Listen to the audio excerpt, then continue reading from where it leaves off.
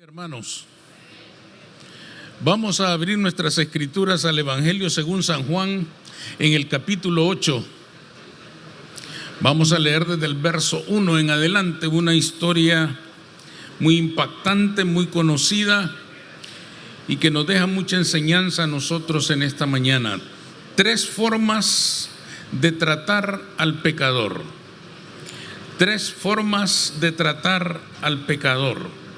San Juan capítulo 8, del verso 1 en adelante dice lo siguiente: y Jesús se fue al monte de los olivos, y por la mañana volvió al templo, y todo el pueblo vino a él, y sentado él les enseñaba.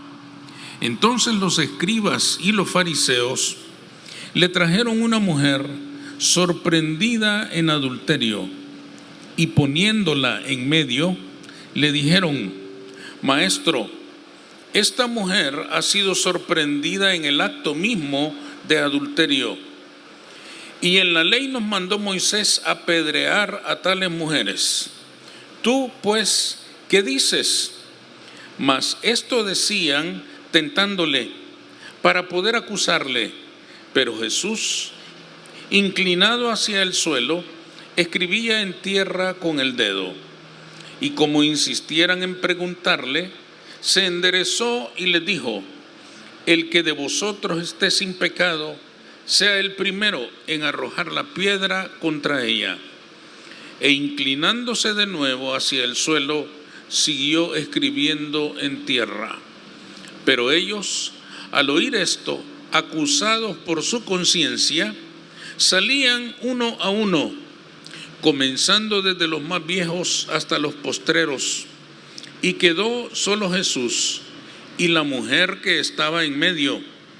Enderezándose Jesús y no viendo a nadie sino a la mujer, le dijo: Mujer, ¿dónde están los que te acusaban? ¿Ninguno te condenó? Ella dijo: Ninguno, Señor. Entonces Jesús le dijo: Ni yo te condeno, vete y no peques más. Pueden sentarse, hermanos. Sin duda todos conocemos bastante bien esta historia. Mientras el Señor enseñaba en el templo, una turba enardecida, presidida por los fariseos y los escribas, trajeron delante del Señor a una mujer pecadora, sorprendida en el mismo acto del adulterio, según el relato. Aparentemente, hermanos, estos hombres buscaban un consejo de Jesús. Le preguntan: ¿qué debemos hacer? Aunque la ley de Moisés ya nos dice lo que tenemos que hacer. Tenemos que apedrearla. Dicho de otra manera, hermanos, estos hombres le estaban pasando la responsabilidad a Jesús de decidir qué hacer con aquella mujer, aunque la ley, como ellos mismos lo mencionan, ya establecía lo que se tenía que hacer. Tenía que morir por apedreamiento. ¿Qué dices tú?, le dicen aquellos hombres a Jesús. ¿Qué hemos de hacer con esta mujer pecadora? Obviamente, hermanos, lo ponían a Jesús en una situación muy seria, muy difícil, muy complicada.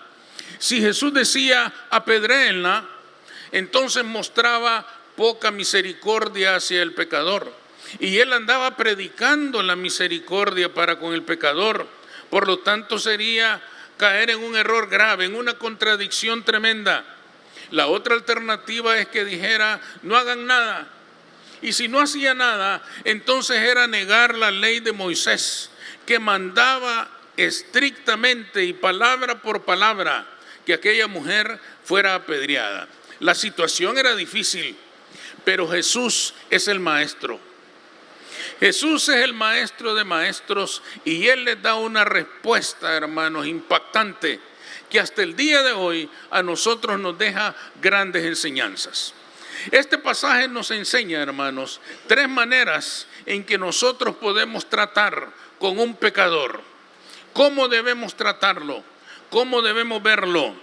En primer lugar, hermanos, nosotros podemos ver a un pecador desde el punto de vista de otros pecadores.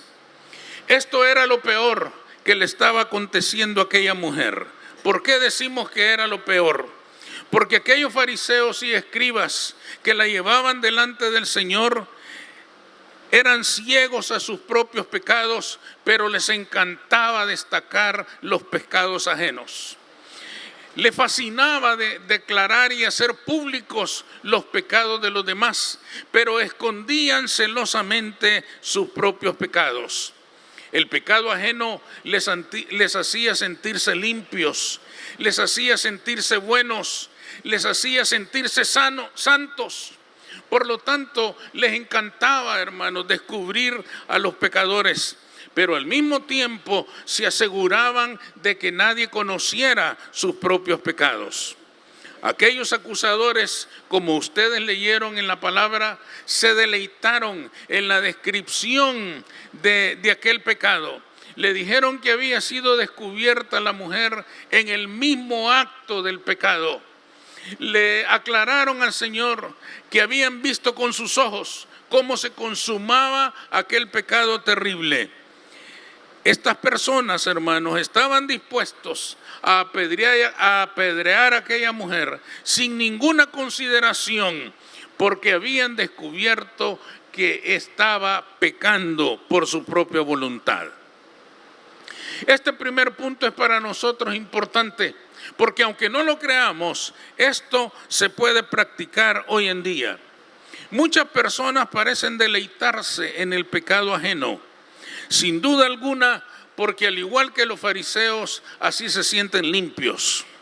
Porque cuando destacan el pecado de otros, parece, hermanos, que se están diciendo: yo peco, pero no tanto como este. Yo soy malo, pero no tanto como esta. Yo soy pecador, pero este se pasó. De esa manera, hermanos, nosotros salimos limpios, magníficos, admirables, puros, santos, limpios, comparándonos con el pecado terrible que ha cometido la otra persona. No nos damos cuenta, hermanos, de que en el Evangelio de Cristo no hay pecados veniales ni mortales. Pecado es pecado. Y pecamos todos. Y todos estamos afectados de esta naturaleza pecaminosa. Por eso dice el apóstol Pablo que todos debemos cuidarnos, porque todos podemos caer en una situación terrible. Pero la gente que condena a otros despiadadamente son personas expertas en hacer leña del árbol caído. No se dan cuenta de que en esas circunstancias quedan listos para mandar al infierno a todo pecador. Es más, reclaman la justicia divina sin saber que un rayo podía caerles a ellos también. A estas personas les sobran deseos y ganas de orar como los discípulos alguna vez. Señor, ¿quieres que oremos para que descienda fuego sobre todos estos? No nos damos cuenta, hermanos, que a lo mejor las llamas nos van a alcanzar a nosotros también. Porque es fácil destacar el pecado de los demás, pero qué difícil es reconocer el pecado propio. Qué difícil es reconocer nuestras propias faltas. Se olvidan de que el Señor vino a morir para salvar lo que se había perdido. Él vino por los enfermos. Los sanos no necesitan médico. Los enfermos necesitan al médico. Haciendo esto, hermanos, tratando al pecador de esta manera inmisericordia, niegan la esencia del Evangelio de Cristo, que es un evangelio de salvación y no de condenación. Porque si el evangelio de Cristo fuera de condenación, todos estaríamos ya condenados. Pero el evangelio de Cristo es de salvación. Cristo vino a morir para ofrecernos la salvación y la vida eterna. Y Él consumó en su sacrificio el precio y el pago de nuestra vida. No hemos sido comprados con oro ni con plata, sino con la sangre preciosa de Cristo Jesús. Y por eso tenemos esperanza. No estamos diciendo, hermanos, que el pecado se debe ignorar o tolerar, pero afirmamos que el pecador, si una vez se es reconocido como tal, debe ser traído a la presencia del Señor para que sea restaurado, no para que sea condenado. no para mandarlo al infierno, no para condenarlo irremediablemente, sino para traerlo a Cristo, con quien sí tiene una oportunidad. Nadie debe buscar que un creyente pecador se condene. Todos debemos buscar que cualquier creyente que ha pecado busque a Cristo y se encuentre con Él para que alcance su misericordia y sea salvo en el día de la salvación. En segundo lugar, hermanos, podemos ver al pecador desde el punto de vista del legalismo. Ciertamente la ley expresaba con claridad lo que se debía de hacer con una mujer como aquella que había pecado. Demandaba una medida inmediata de justicia de parte de Dios. Pero aquella medida de justicia había sido olvidada o intencionalmente alterada por aquellos fariseos que condenaban a la mujer. ¿Qué decía la ley? Ustedes pueden leer lo que decía la ley para un caso como este en Deuteronomio 22, versos 23 y 24. Decía que ambos, el hombre y la mujer, debían ser ajusticiados. Decía que ambos, los que habían cometido el pecado, debían sufrir el apedreamiento. Pero, ¿dónde estaba el hombre? ¿O acaso la mujer había consumado aquel pecado ella sola? ¿Por qué no presentan a la persona que participó del pecado con aquella mujer? ¿Por qué traían solamente a la mujer y no al hombre con quien había cometido aquel pecado? Aquel acto entonces, hermanos, ya no era una acción legal, era mero legalismo. El legalismo es un concepto interesante pero difícil de definir. Pero en este pasaje se nos puede aclarar el concepto de legalismo. ¿Cuál es la diferencia entre la ley de Dios y el legalismo? La diferencia es que la ley se aplica con justicia y el legalismo usa la ley como pretexto para hacer injusticia al pecador. En este caso le estaban haciendo injusticia a aquella mujer porque la exhibían solamente a ella, porque la acusaban solamente a ella. Y no era solo ella la culpable de aquel pecado. Eso no era aplicar la ley de Moisés. Eso era un legalismo perverso. Era un legalismo, hermanos, sin misericordia. Era un legalismo lleno de odio. Era un legalismo producto de una religión que había errado la verdad por las tradiciones de los judíos. Aún la ley de Moisés tenía ciertas características que aquellos acusadores habían olvidado: la justicia, la misericordia y la fe. Mateo 23, en el verso 23 dice: ay de vosotros, escribas y fariseos, hipócritas, porque diezmáis la menta y el eneldo y el comino, y dejáis lo más importante de la ley, la justicia, la misericordia y la fe. El Señor les estaba recordando que la ley no era inmisericordia, que la ley no era injusta. Por lo tanto, no debían aplicarla como ellos la estaban aplicando.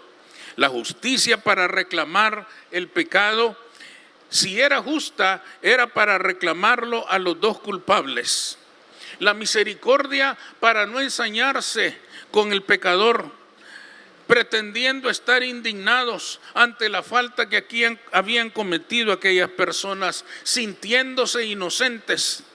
Y la fe para creer que Dios se apiadaría de aquellas almas, tendría piedad de aquellos pecadores, es decir, la esperanza de salvación podía alcanzarlos según la ley de Dios, pero no según la ley de los hombres.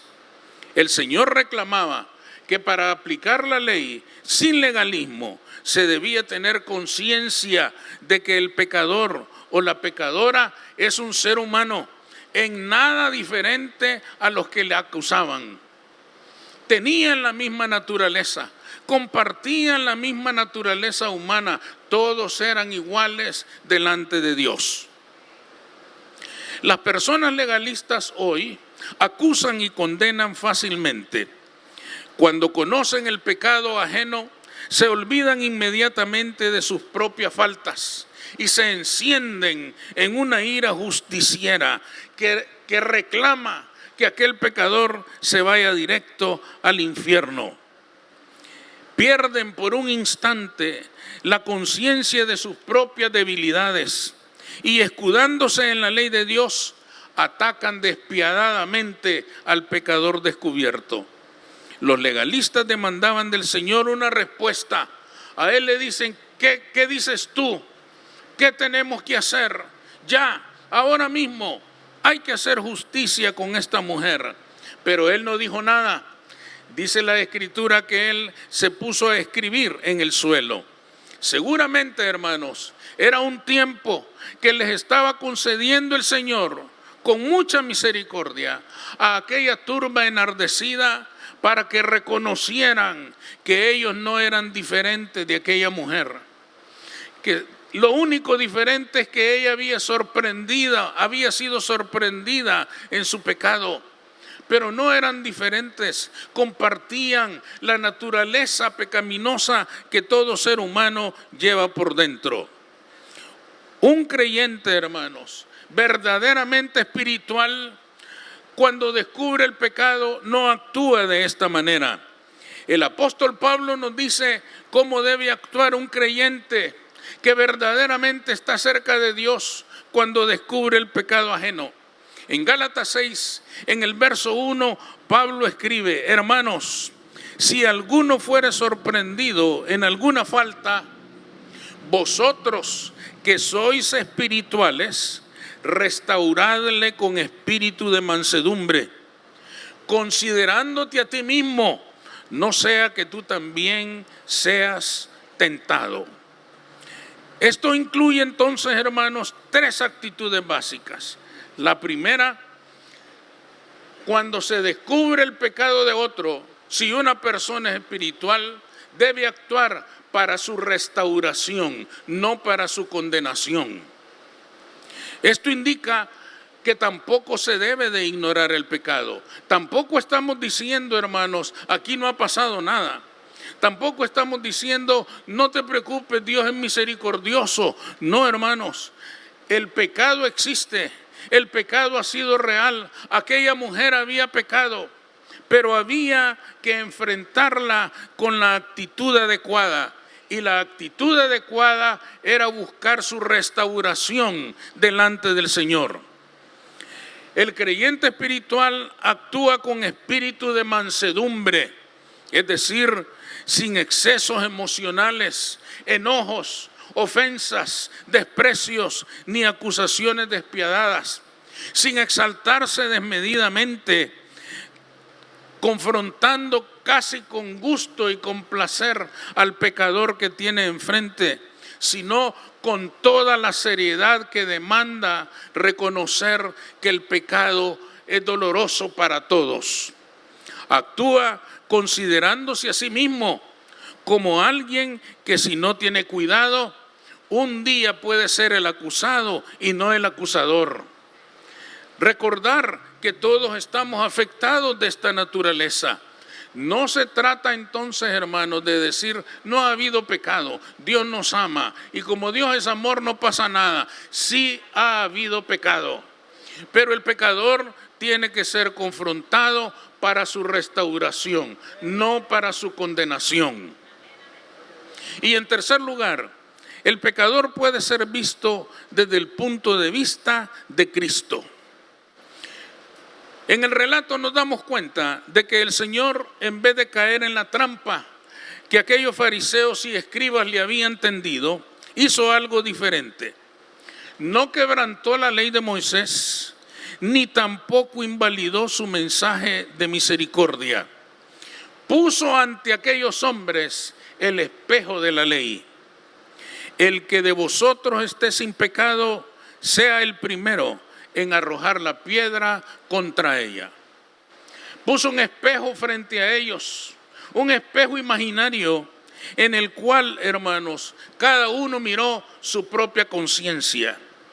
La ley quedaba en pie, Ahí estaba la mujer, era culpable. Ahí estaba la ley que decía que había que apedrearla. Ahí estaba, hermanos, el acto cometido y la culpa que traía aquel acto sobre aquella mujer. Ahí estaba la ley de Moisés, ahí estaba la culpa, ahí estaba el pecado, ahí estaba la pecadora. Lo único que faltaba era un hombre justo que lanzara la primera piedra y no se encontró por ninguna parte. Ahora se miraba cada uno en el espejo de la ley. Ahora miraban sus propios rostros, pecadores e hipócritas. Mientras el Señor volvía a guardar silencio, cada acusador se iba encontrando con su propio pecado. Todo aquello había comenzado exhibiendo descaradamente a una mujer pecadora y estaba terminando exhibiendo públicamente a cada pecador que se escondía bajo su aparente santidad, bajo aquella condición que la religión le otorgaba como fariseo y doctor de la ley. Uno a uno fueron desapareciendo de la escena, desde el más viejo, dicen, hasta el más joven, avergonzados, pretendiendo quizá no haber tenido nada que ver con todo aquello.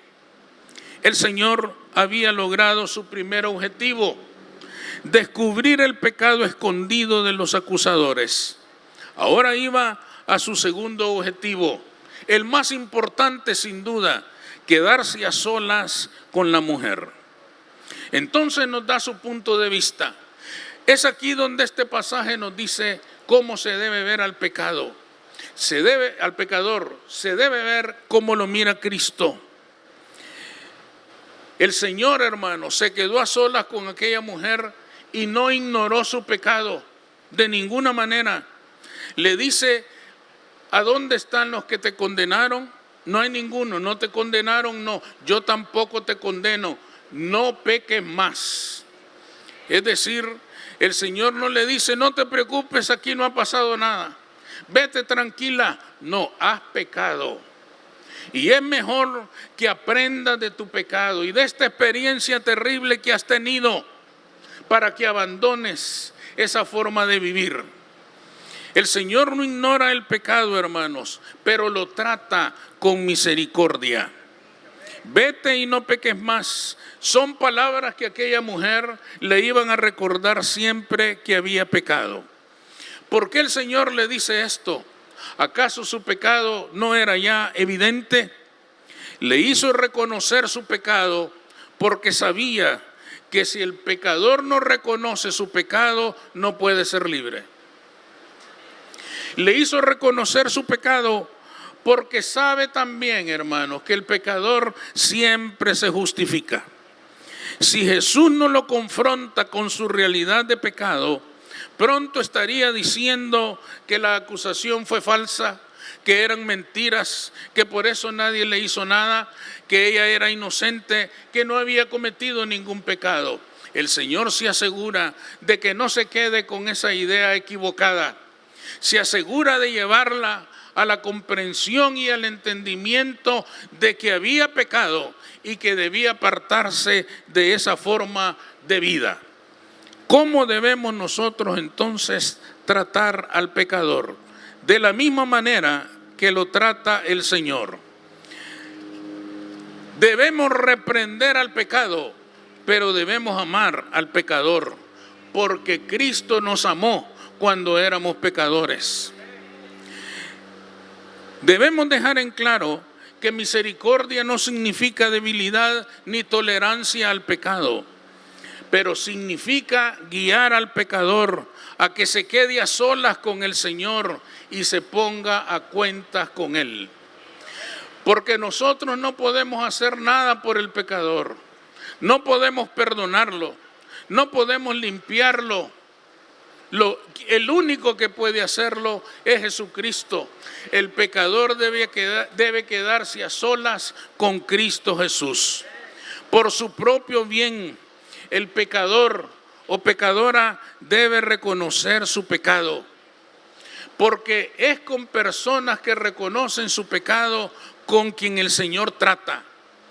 Con él, con los que reconocen su pecado, el Señor se queda a solas. Por eso no ven ustedes en esta historia que los fariseos o los escribas se hayan quedado con Jesús. La que se quedó con Jesús fue la mujer, la que sin duda reconocía su pecado por la terrible vergüenza que había atravesado. A los fariseos el Señor nunca los buscó. Pero si los fariseos venían a él, el Señor les atendía con misericordia. Nicodemo era un doctor de la ley y el Señor lo recibió. Y el Señor le habló de la vida eterna y el Señor le reveló el evangelio. Si el pecador busca al Señor, lo va a encontrar. Pero el que se justifica a sí mismo porque se cree santo, porque se cree bueno, porque se cree el mejor de los mejores, tenga la seguridad de que no se va a quedar a solas con el Señor.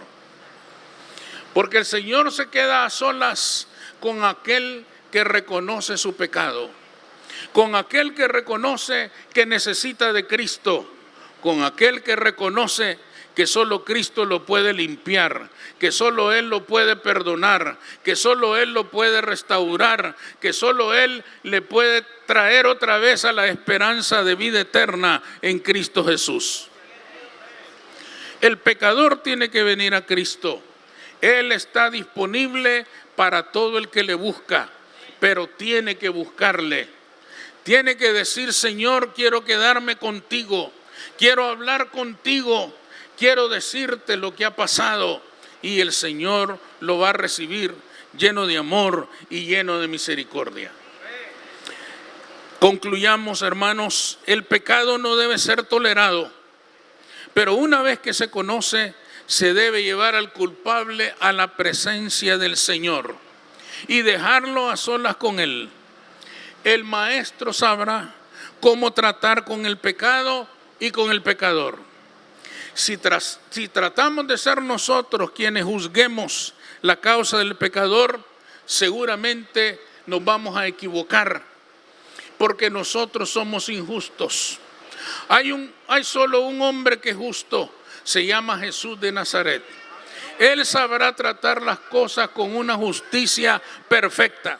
Él va a hacer la justicia perfecta porque Él es justo y perfecto. Por eso solo en Cristo hay salvación. Solo Cristo salva y a Él debemos venir cuando hemos pecado. Vamos a orar. Señor.